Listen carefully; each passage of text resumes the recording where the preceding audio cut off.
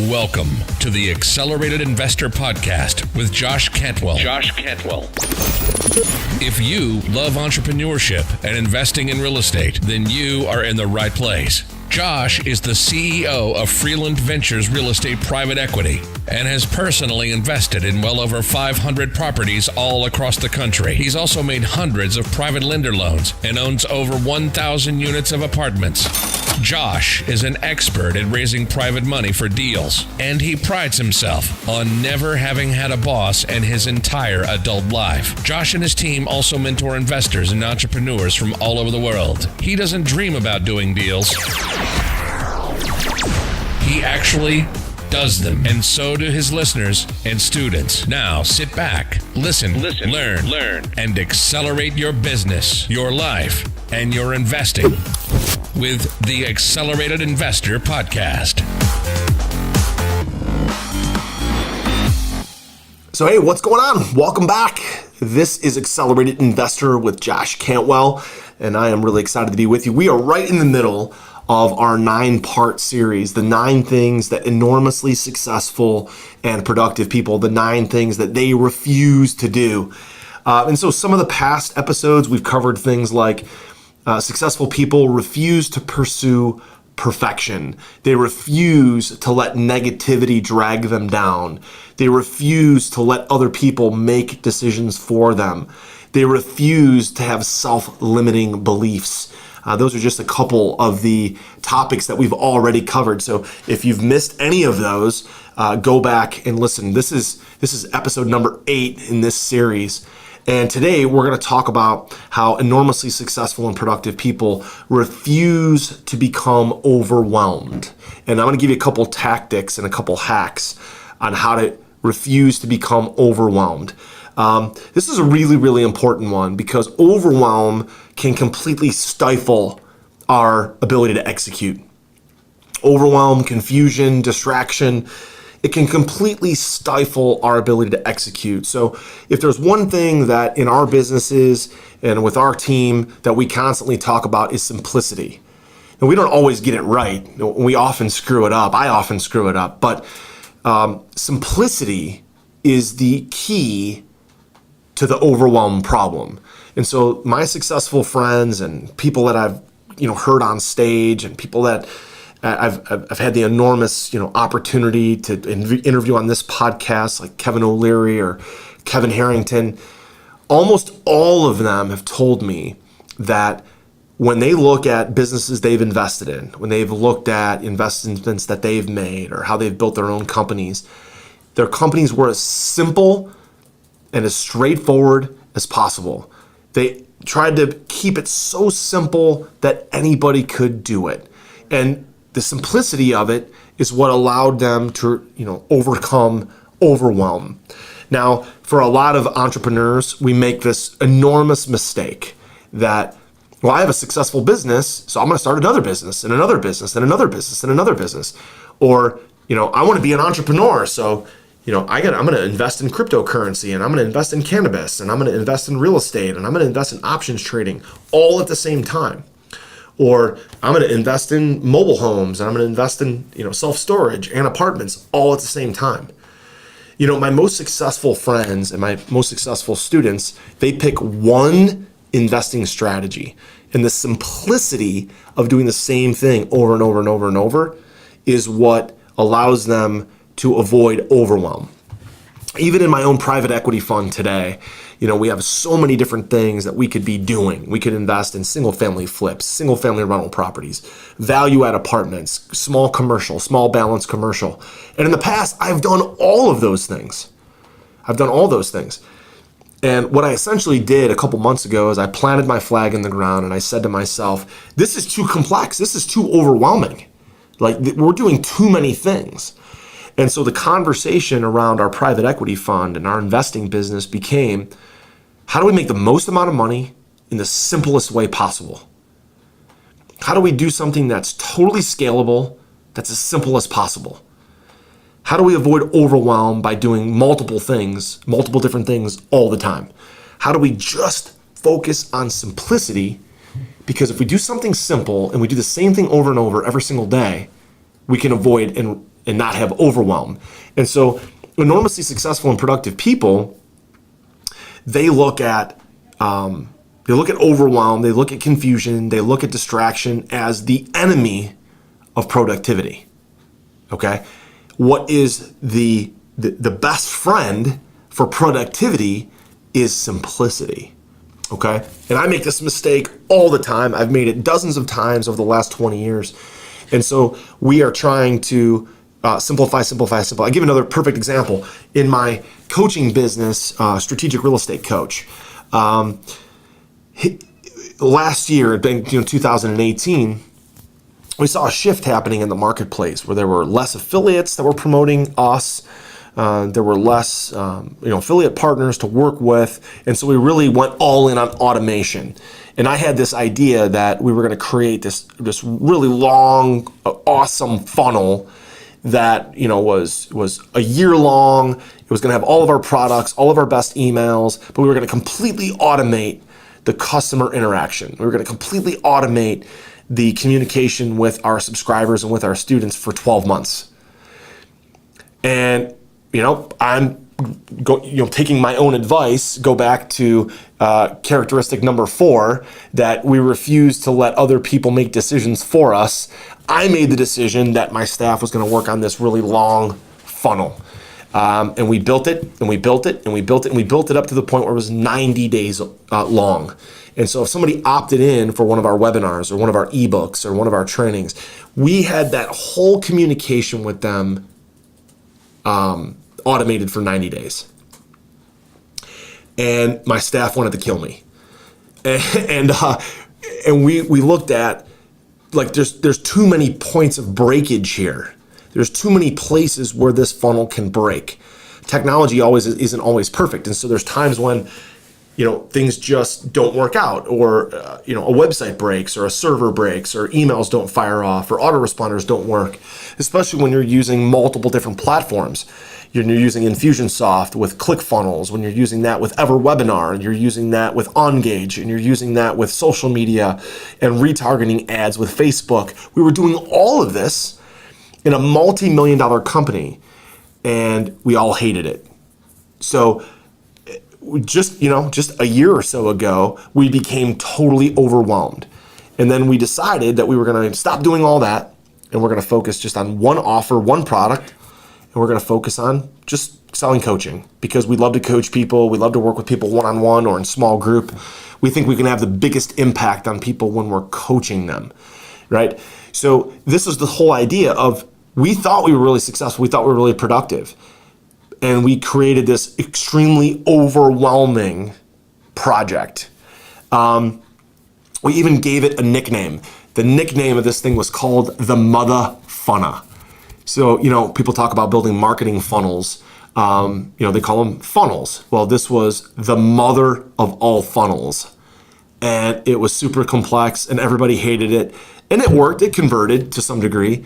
It worked, and people were, students were buying things, and it was automated, and students loved it, and they were buying products and services, and we were making money from it, and everybody on my team hated it, including me. It was my baby. I decided to do it. I thought it had such big plans for us. We were going to make all kinds of money. We were going to help all kinds of people, and we shut it down. We turned it off. Because it was overwhelming, it was confusing, it was way too complicated. And so today what we have is a very, very, very light version of this funnel. This we call it the mini mother funna. And all it is our front end core product. It's one of our core trainings called One Flip. And then it has a back end offer for our coaching program. And that's it. Okay, and we love to help students. It's in my DNA, it's in my blood to help other people. So with all the success we've had with coaching, with real estate investing, raising money, we manage about $30-40 million in different deals and in our funds and all this different stuff. Our portfolio is now around $100 million. It's amazing. But in the idea of coaching people, it became so overwhelming. When I look at some of my friends that have started new companies, and then they start one division, then another division, so overwhelming that it stifles growth. Simplicity is the best friend to execution. So in your own life, how many different organizations are you a part of? How many different Facebook groups are you a part of? How many different sports do your kids play? How many different businesses are you trying to run? Right? Overwhelm is the exact opposite of simplicity.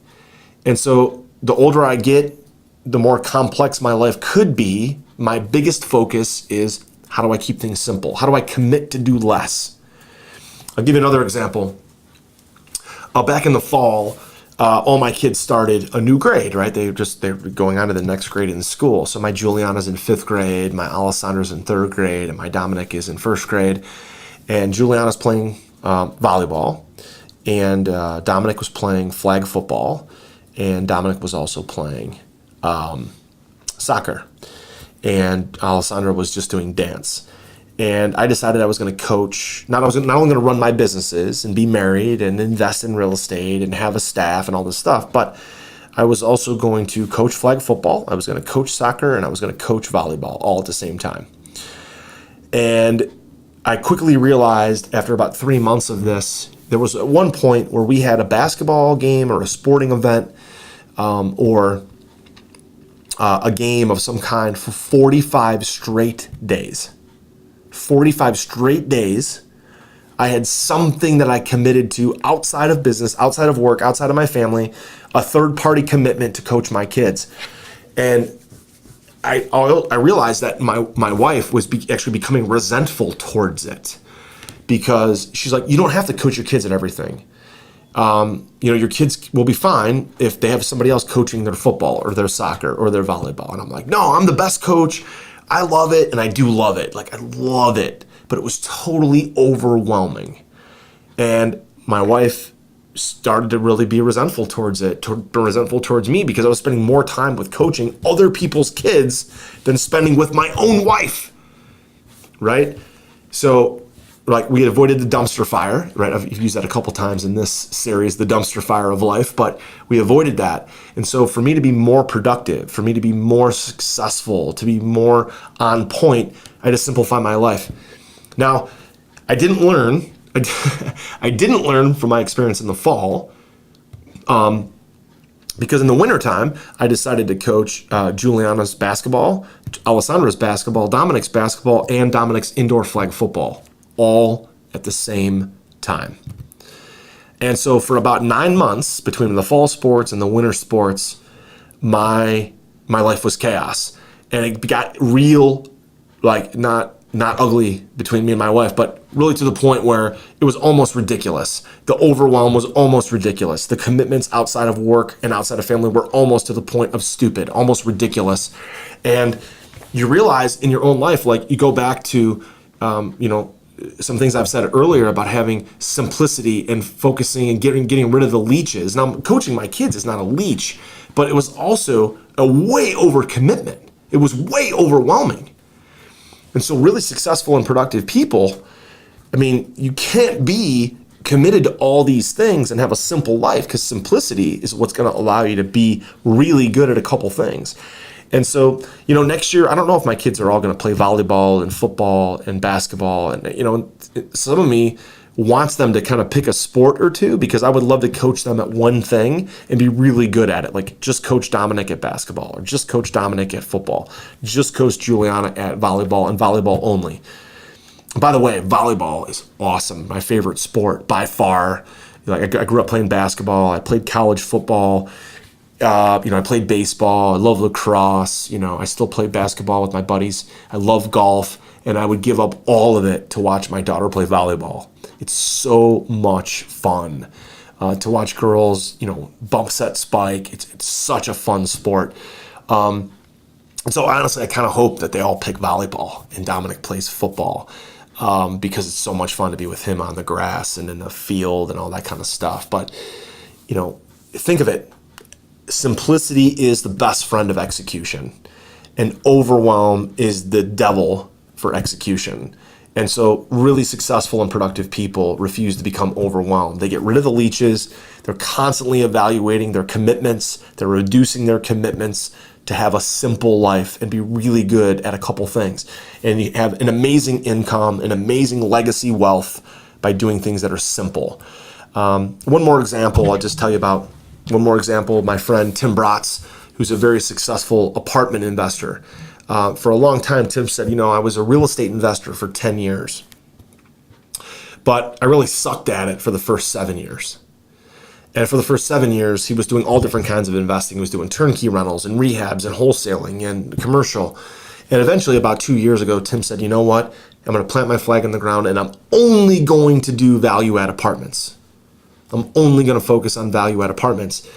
And ever since then, Tim's life has taken off. He evaluated his time commitments, and he said, look, out of all the wealth that I've built, about 10% of my time has gone into value-add apartments. But the majority of my net worth is in value-add apartments. So he recognized that and said, I'm going to simplify my life. I'm going to get rid of all the overwhelm, and I'm just going to focus on value-add apartments. And now Tim is one of the nation's leading educators on value-add apartments. Tim is a sought-after speaker and a best-selling author. He's got his own podcast called Legacy Wealth. Check that out. It's really good. Tim's been on our podcast, so if you have an opportunity to check out the podcasts and the interviews we've done for Accelerated Investor with Tim, check that out. But when Tim really, his investing and his life took off was when he said, I'm only going to do this one thing. Got rid of the overwhelm, went simple, and when he went simple is when his income and his net worth and his happiness and his joy took off. So I hope that resonates with you. I hope that makes a lot of sense. I really enjoy sharing that one because it's a constant battle for me and every successful person to refuse to become overwhelmed. All right. I hope you enjoyed that episode. If you did, let us know. I appreciate your feedback. Share it with your friends. Share it, on the social platforms. And we're going to come back here in just a little bit with our last and final episode in this series of the 9 things enormously productive and successful people do, the things they refuse to do. And number 9 is that they refuse to stop growing, learning, and developing.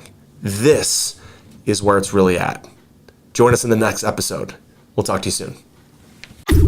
You've been listening to Josh Cantwell and the Accelerated Investor Podcast. Leave a comment on our iTunes channel and let us know what you want to learn next or who you'd like Josh to interview. While you're there, give us a 5-star rating and make sure to subscribe so you can be the first to hear new episodes. Follow Josh Cantwell and his companies, Strategic Real Estate Coach and Freeland Ventures, on all social media platforms now, and stay up to date on new training and investment opportunities. To start your journey toward the lifestyle you've always dreamed of, apply for coaching at joshcantwellcoaching.com.